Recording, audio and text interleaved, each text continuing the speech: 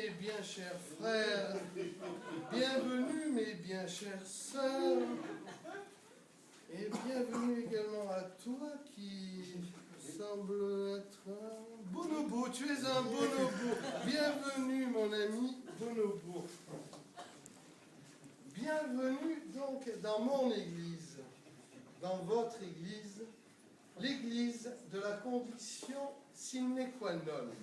La condition sine qua non, la condition sine qua non, la condition sine qua non.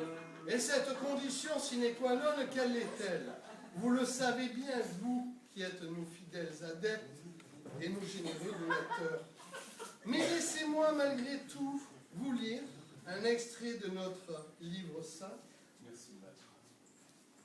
les Saintes Jérémiades, et en particulier l'épître aux Philistins, chapitre 2, psaume 69, verset 14, alinéa 212. Page 24 en haut à gauche. Je lis.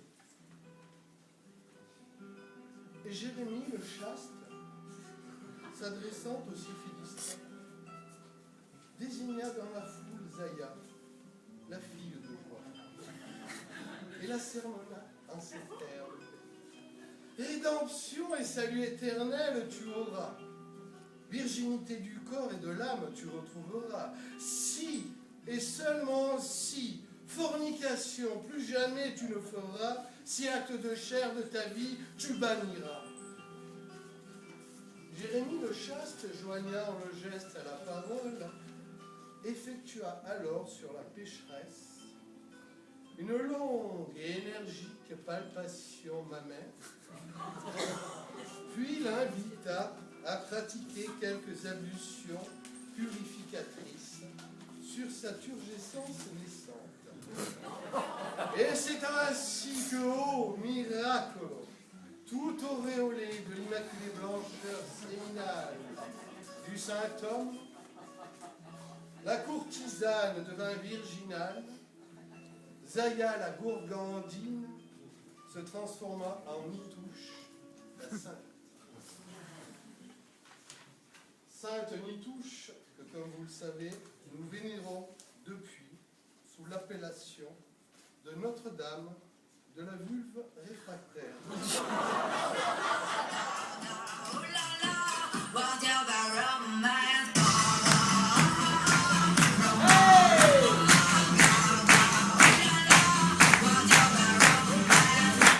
La voici donc la condition sine qua non salvatrice.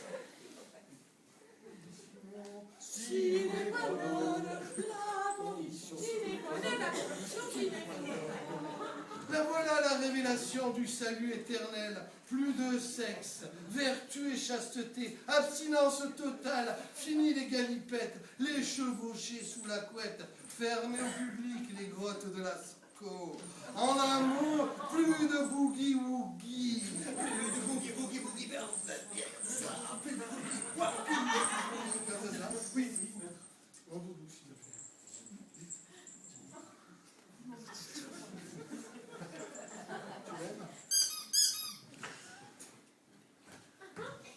Mais alors, me direz-vous, qu'advient-il du plaisir d'amour, de la procréation, de la pérennité de l'espèce, si l'on ne peut même plus glisser le petit Jésus dans la crèche? Eh bien, rassurez-vous, fidèles disciples, non, la copulation n'est plus un péché dès lors qu'elle est pratiquée avec, mais seulement avec, les prêtres purificateurs de Notre-Dame de la vulve réfractaire.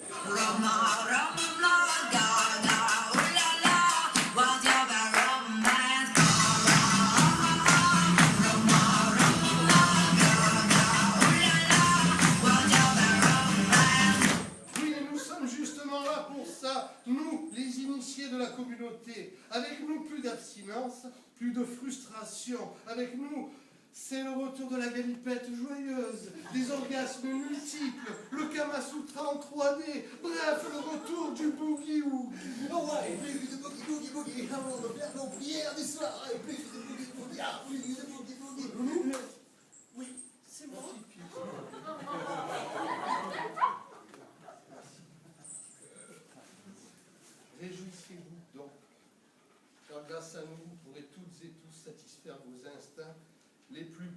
bestiaux.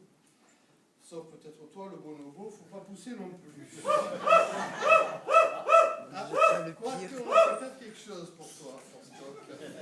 Car il est temps pour moi maintenant de vous présenter un de nos pensionnaires, et non des moindres.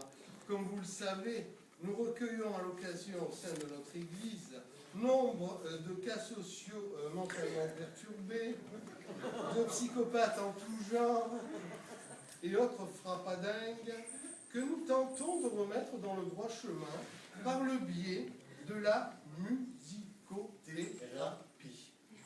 Et ce, moyennant la modique somme de 3 ou 4, je ne sais plus. 4, mon 4 000 euros par semaine. D'où la prestation qui va suivre, qui vous donnera un petit aperçu de nos travaux. Bon, je vous préviens, ça pique un peu les yeux, hein, le spécimen il est spécial.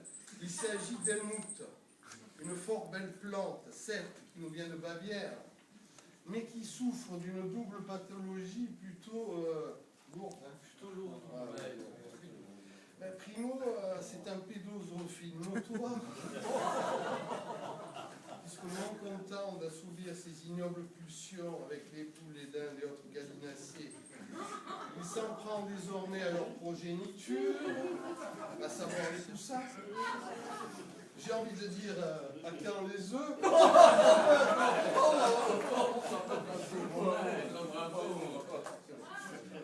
Et 2 jours, comme si cela ne suffisait pas, ce pervers de basse-cour se prend depuis sa plus tendre enfance pour la grandissime, l'illustrissime chanteuse Barbara.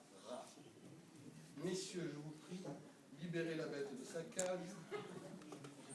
Helmut de Bavière va donc ici même nous interpréter une création on ne peut plus originale, et le terme est faible.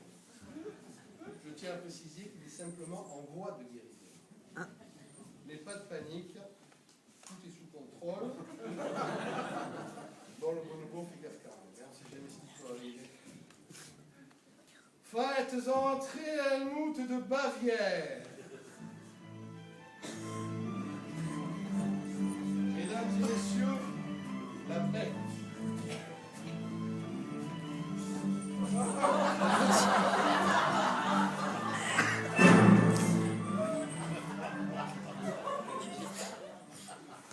Tenez-le, il a senti le bonobo.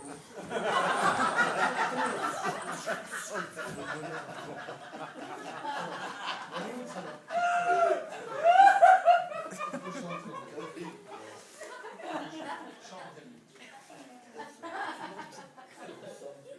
Une beau jour, oh peut-être une nuit,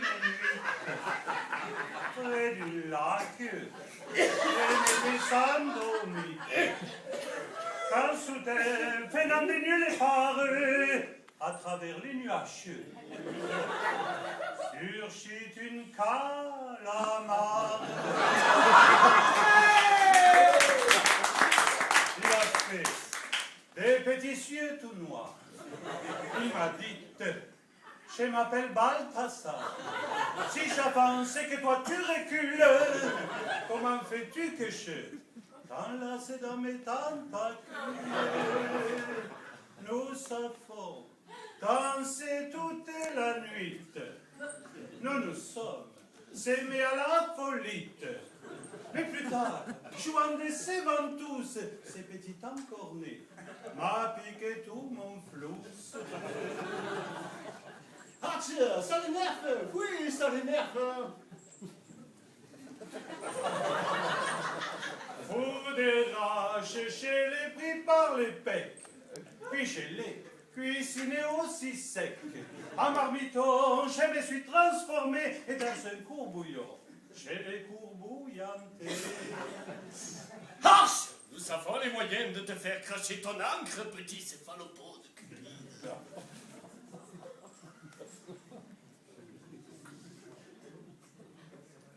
Quand il est entré en ébullition, j'ai bien vu qu'il restait sans réaction. Pris de remords, je l'ai crié, je t'aime. Et puis je l'ai mâché, sauce à l'armoricaine.